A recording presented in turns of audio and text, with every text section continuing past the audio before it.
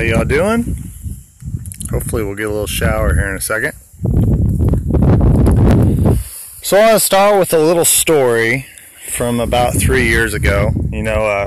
I'll call him an older gentleman, came to me about a new selection on a director board, and he said, this guy, how much business does he do here?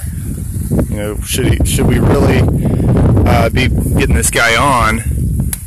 And I looked at him and I said, well, how are we going to know what our options are if we have a collective group of people that only do business here, only know our policies, only have this one train of thought? And I kind of shut him up for a little bit, and it's so frustrating that we get in these camps where we mute off the rest of the world and don't really look at other people's opinions with an open mind. So with that said, I think a little bit differently than some other people. My background is in marketing, sales, marketing, that kind of stuff, and I did that for a few years after college.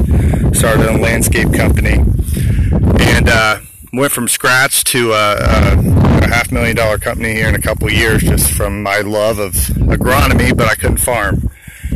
What does that have to do with anything? Well,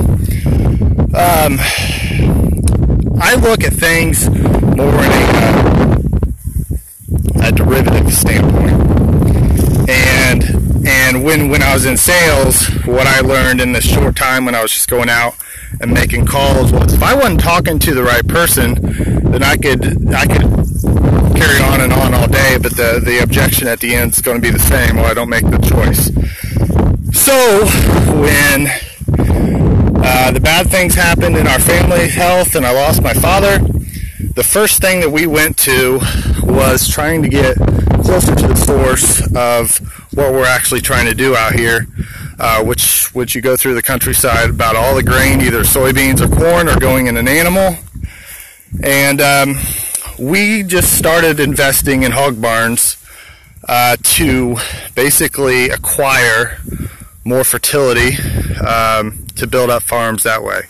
So some people don't have the option to do that, but we do. It's kind of in our local market. We have a feed mill close by, which makes it really nice to grow corn, so we don't have to go very far.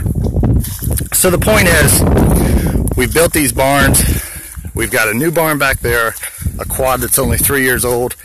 And when I took over, we had 4,000. Now we have 12,000, a lot more manure. So the point is, we got to come up with a systems approach. And what we've really found in the last 3 or 4 years, it seems like it's speeding up, is this evolution of weed resistance, of water hemp. And you thought it was clean 3 weeks ago, and it's just nauseating seeing all the stuff firing up.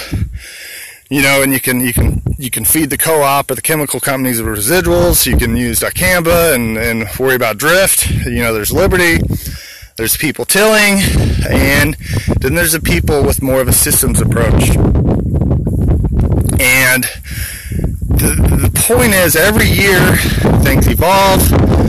We have more manure, we have more options with herbicide technology, and what I'm doing is just trying different things and observing and seeing where we're at. So you've got basically 4 systems here of tackling fall applied manure. You've got corn 1197 over there, and it's going to be pretty good this year, so we'll really get some heat from Grandpa if that stuff makes 275. What I'm trying to do, we'll see. These beans were stitched in June 28th, and see, they're almost as tall as the beans planted in March now. They're up to my knees. So you pull one of these guys up out of the ground. I can find one here. The ground's getting pretty hard. And what we got? 1, 2, 3, 4, 5, 6, 7, 8. Got 8 nuts on there, starting to make some beans. We might have 50 bushel beans here. So I'm just gonna blurt out my dream and where this is going and why I put so much effort into this. What I want to do is develop a system that acknowledges that a farmer has too much manure. for his ground. And it doesn't happen immediately, but once you have a barn for 10, or we've had our barns for 20 years, but we've had these new barns not too long, eventually your phosphorus levels rise and it becomes more of a pain to move it further and further away, and you're chasing it with lime, so on and so forth. But we have all these farmers that are basically inputting into the system, into the feed mill, which brings their feed out to us. So what I'm wanting to do is basically come up with a system that will inject manure and plant wheat simultaneously, and I'm trying to figure out what to do from there. But the point is, the logistics, yeah, there's money involved in that, but there's a tremendous synergy here from a standpoint of plant multiplication and just-in-time manure. So if we apply, we'll just look at this twin row right here. This is 37 inches center. If we would apply manure 6 or 10 inches deep and plant wheat above it, probably in twin rows, we can lower that seeding population down exponentially. And I think you can get down to 200 or 250,000 because of the tillering. Now what we've proven this year is once we make this, we're just basically increasing sun capture for each tiller, so we put a valuable head on.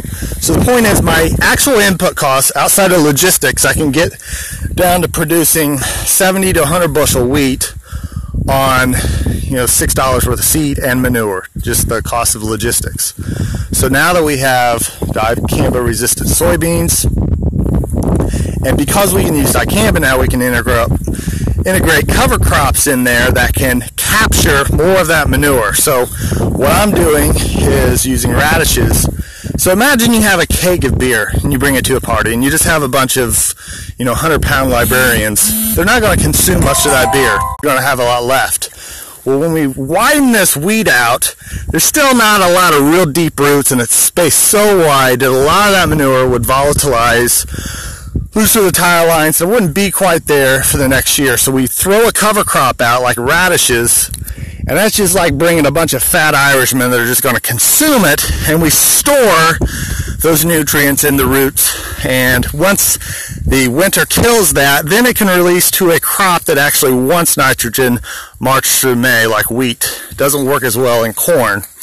But with dicamba, can we start integrating things with the radishes, like a clover or a vetch or something that can be eradicated, some kind of broadleaf or dicot, to give it kind of a third or fourth little pulse with the manure. I don't know. That's things I'm trying to figure out.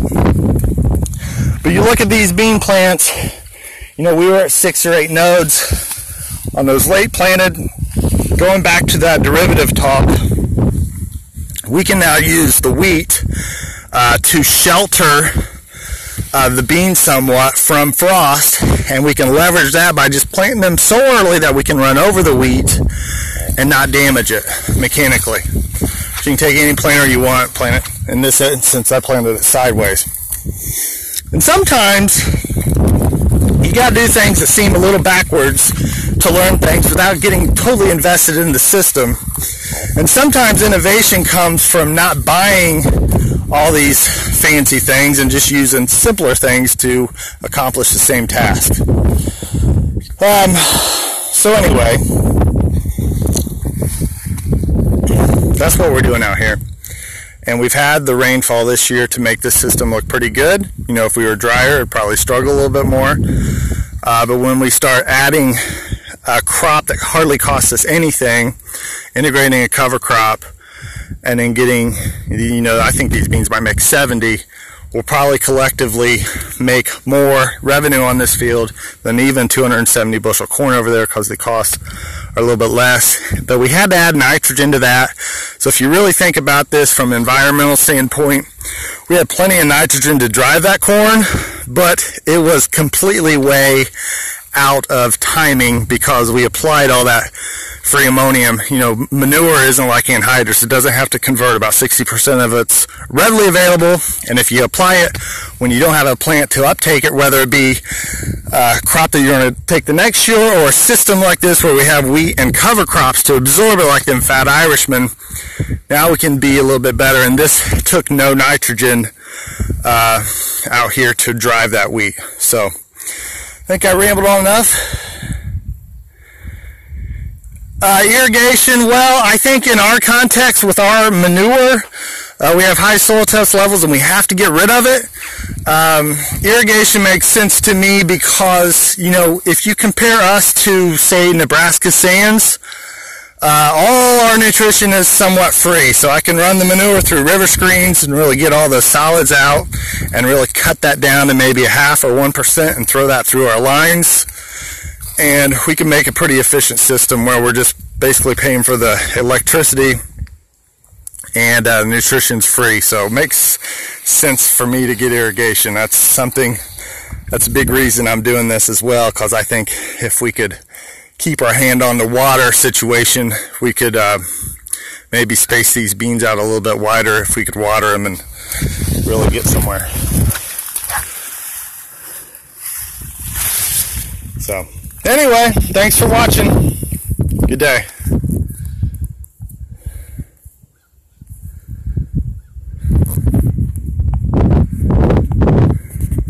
Get this off.